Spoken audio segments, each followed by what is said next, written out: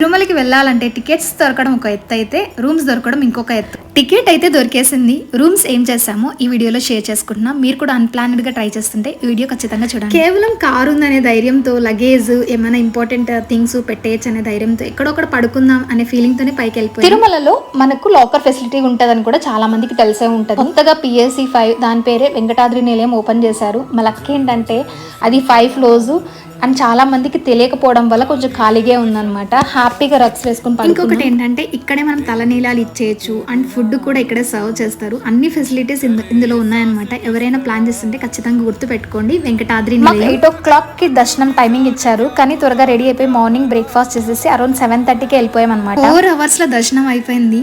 ఆ లోపల చేసిన పూల అలంకారాన్ని చూస్తే no photos no videos can capture the beauty అనిపించింది. అంత బాగా అలంకరించారు అనమాట. నేను ఎప్పుడు వెళ్ళినా లడ్డూస్తో పాటు ఇంకోటి కూడా తెచ్చుకుంటాను, అదేంటో నెక్స్ట్ వీడియోలో చూస్తా. అంతే మరి, బాయ్.